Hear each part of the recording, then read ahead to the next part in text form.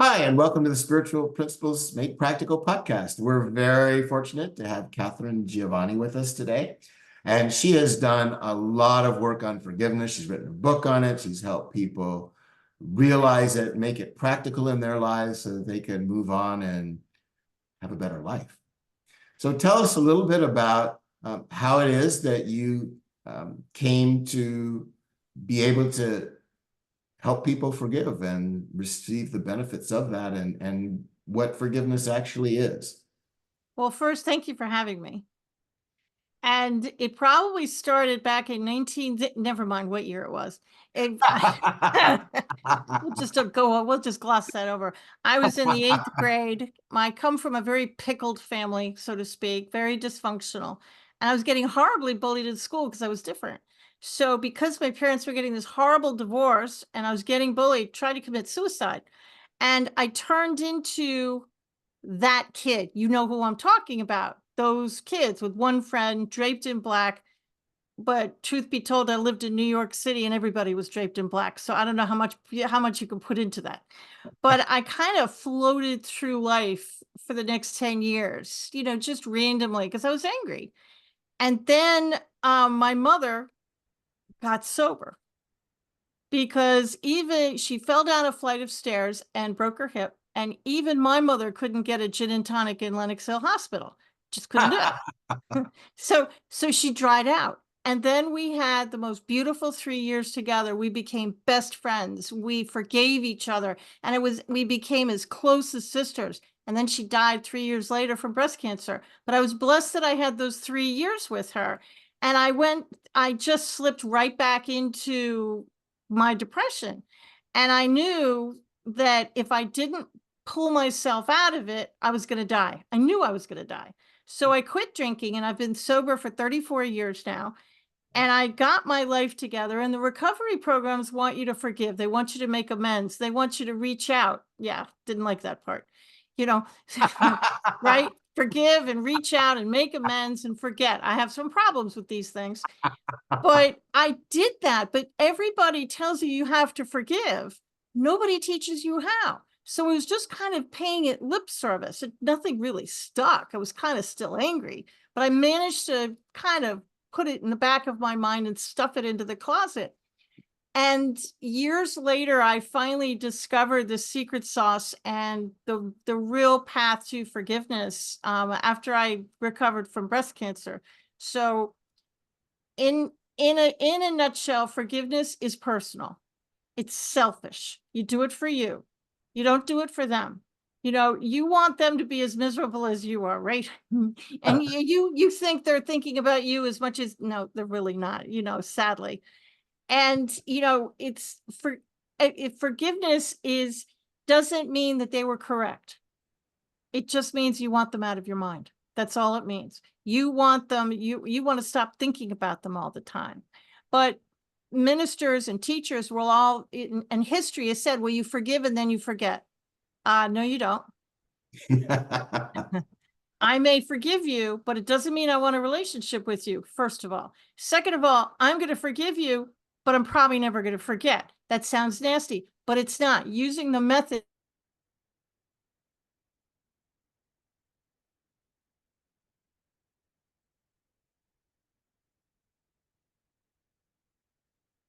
Oh, you seem to have frozen up here.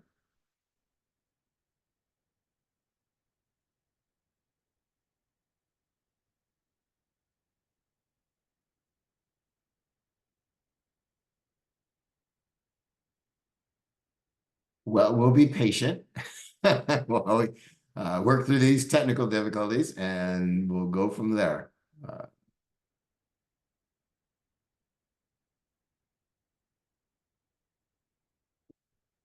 Tell you what, we'll stop the recording momentarily. And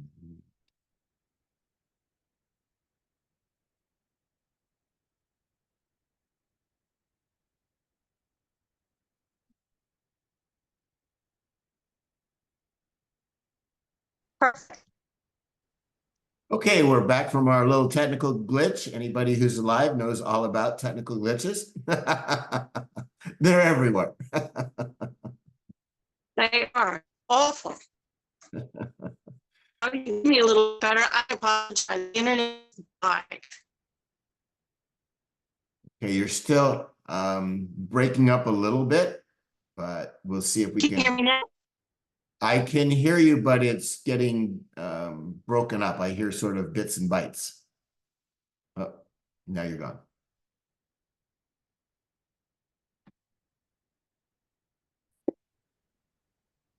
Okay, we're back and we're gonna give this another technological shot and see where we get. That's right.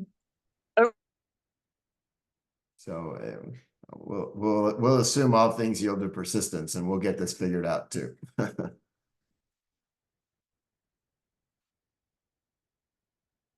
Maybe just not at this moment because I'm not. Can you hear me now? I can hear you. Yeah, I Okay. can. Okay. Okay, good.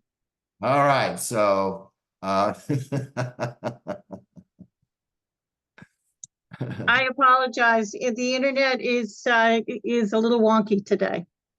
You know, we've all been there. I'm telling you that we were saying, a lot electronics are great when they work, and when they don't, well, it just presents one more hurdle. But anyway, focus is important, right? So we'll put our focus back on forgiveness and continue along.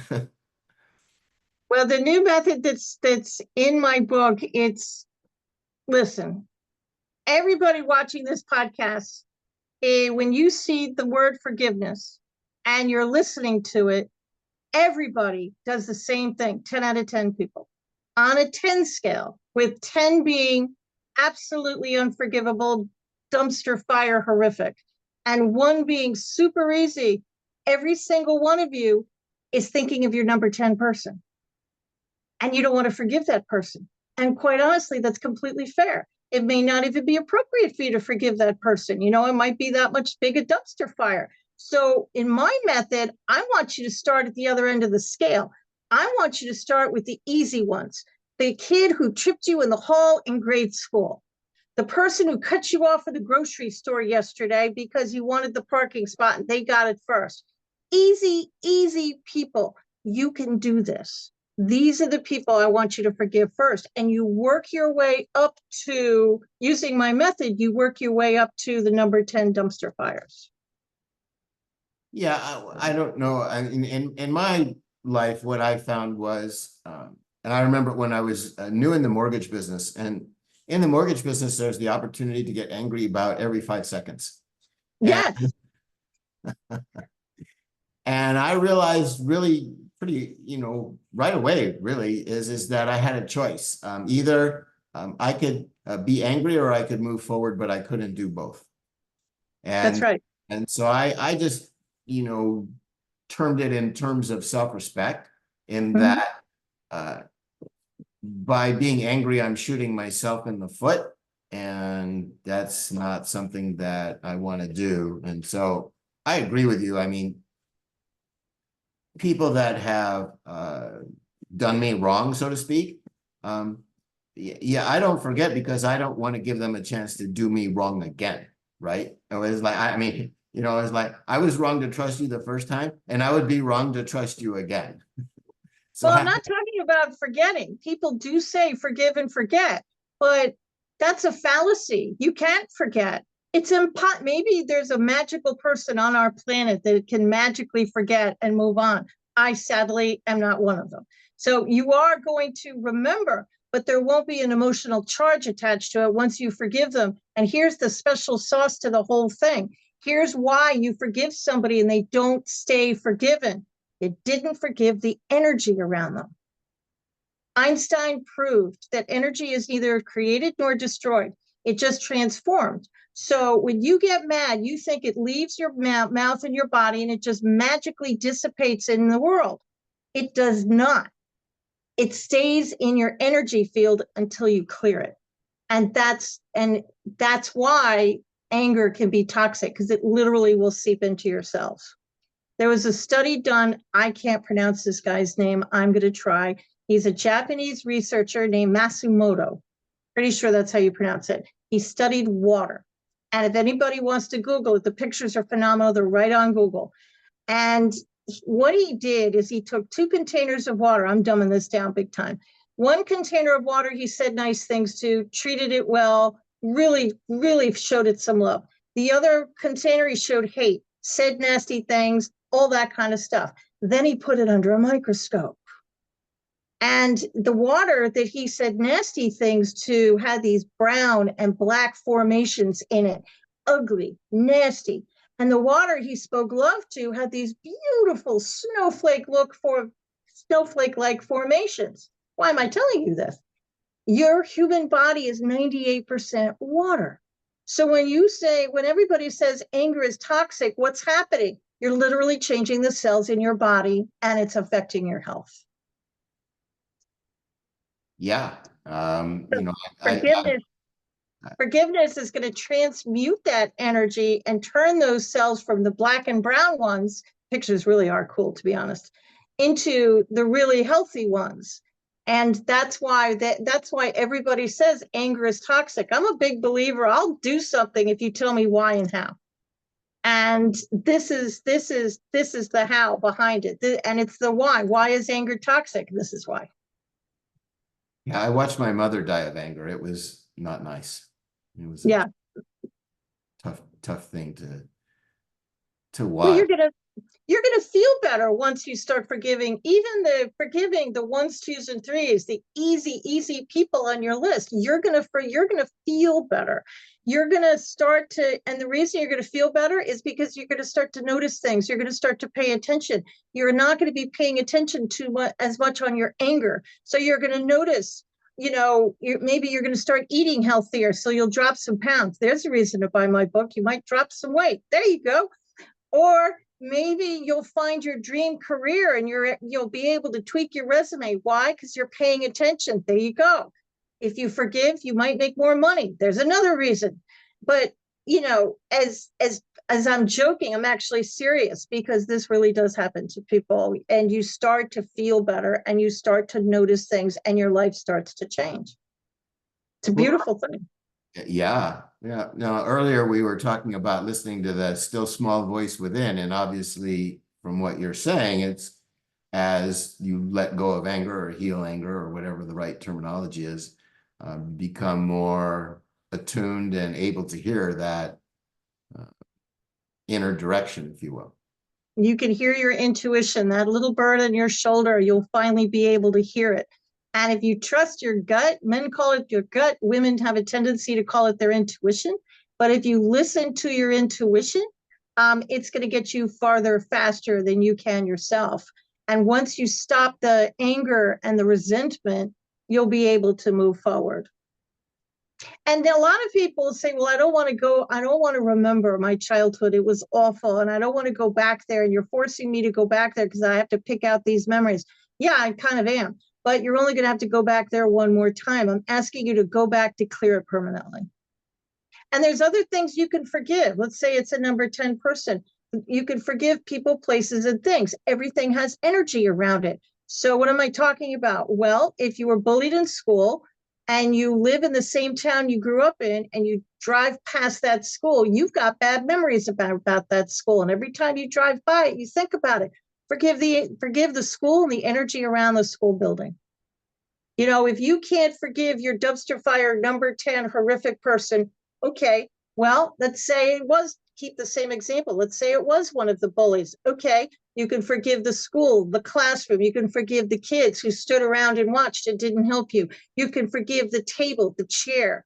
And all of that is going to lighten up the energy and is going to allow you to move forward. You can forgive anything. You can forgive politicians. You can forgive religious leaders. You can forgive cities. I forgave 1974. What? Why did I forgive 1974? It was a horrible year. I was in the 8th grade. My parents got a divorce and I tried to commit suicide. So I did forgive the bullies and the players in that year. And it took me a long time to forgive my parents.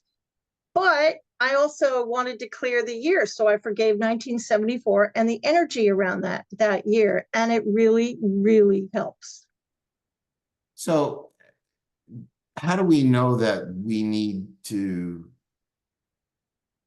forgive anything in specific, right? I mean, is it just anything that makes us angry is a sign of something we need to forgive, or are there other indicators that we need to forgive something? I'm going to have you, I have worksheets in the book, but I want you to sit down in a quiet spot, turn your technology off. It does have an off button. Or if that makes you twitch, one person I talked to is visibly twitching at me when I said that too. That was funny. Mute it, right? Put it on vibrate, whatever you want to do. And I want you to either use your laptop or pen and paper. Works really well. And whatever names form into your mind, write them down. Don't judge what you write. A friend of mine wrote down a bunch of names, and then she wrote down a little red wagon. No idea why she wrote down a little wagon. She didn't remember the little red wagon, but she did forgive it because part of her was probably mad at the darn thing.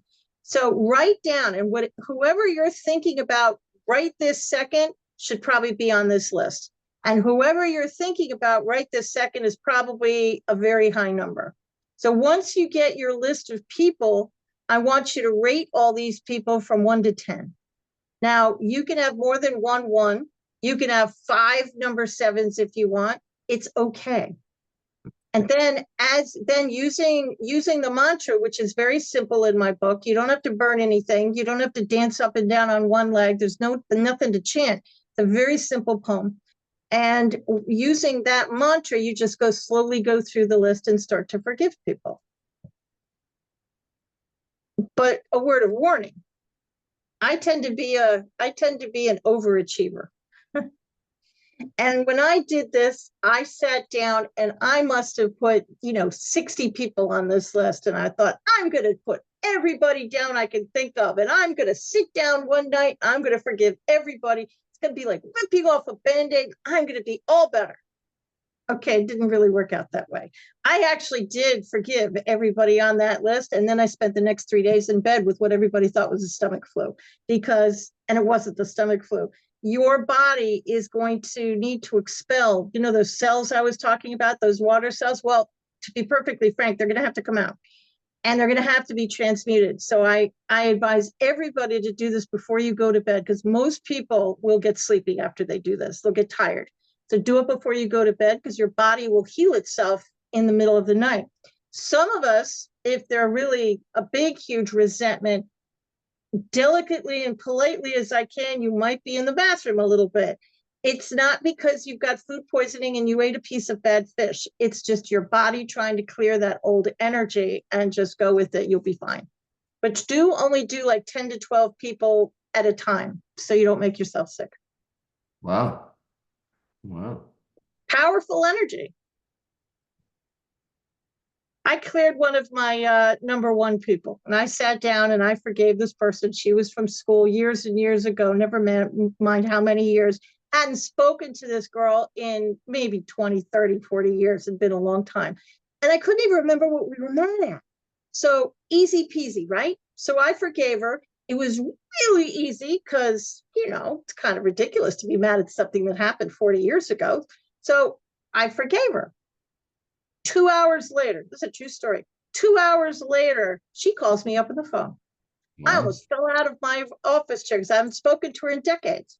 So I recovered because I'm a concierge trainer. So I minded my manners and I remembered all my training that I've been taught. And I spoke to her and we became friends again. And, everything went fine. And I'm a curious little bear. I had to know. And I said, I just have to know. After all these years, why did you choose today to give me a call? She said it was the darndest thing. A figurine you gave me in school fell off my shelf and landed at my feet on the floor, and I thought I should give you a call. The figurine fell onto the floor 2 hours before she called me when I was saying this mantra.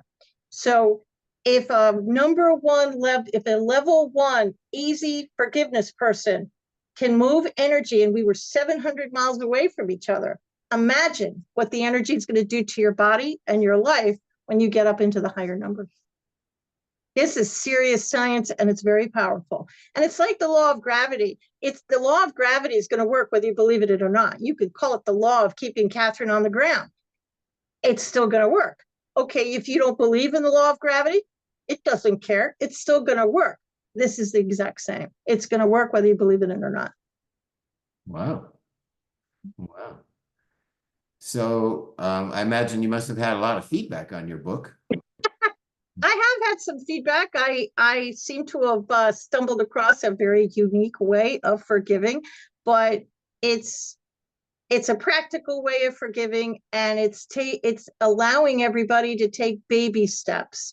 Instead of going for that big dumpster fire, I want you to start with the easy ones and work your way up to the dumpster fire. And by the time you get to that horrible, horrible, horrible memory, you're probably going to be prepared for it.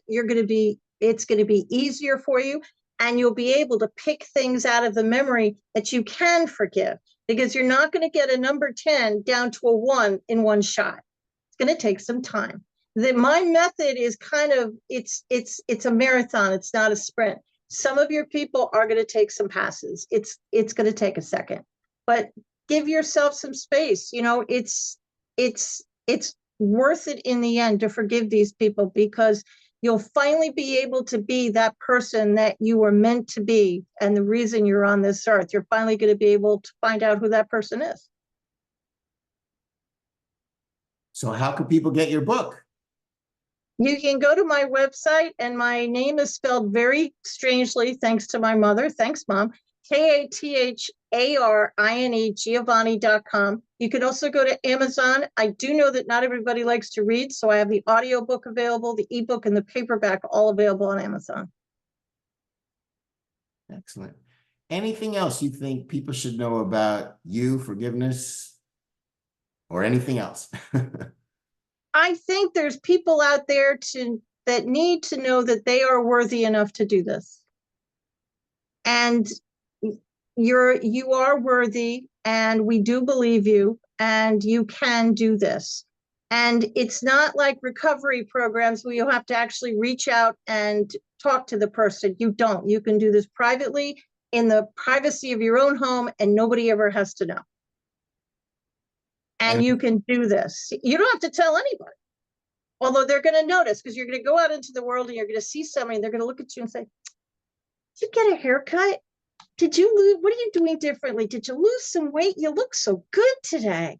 Well, you can either tell them or not tell them, depending upon how you feel. But it's because of the forgiveness. It's gonna change how they see you, and you're probably going to speak more positively. But everybody can do this. Just start slowly. Start with the easy ones. Well, certainly, you know, clearing out obstacles to achieve, so that we can see our way clear to, you know, achieving the wonderful life that we want, is worth the effort. So I would heartily recommend. I mean, and as I said, I think earlier, you can either be angry or you can move forward, but you can't do both. So, That's true. Well, you can, but you're going to be awful sick. yeah. You're not going to get very far. And your friend's circle is probably going to go down, because you're negative all the time and you're being angry. Nobody wants to be around you. Can you blame them? I'm just saying. I hear you. Hear you.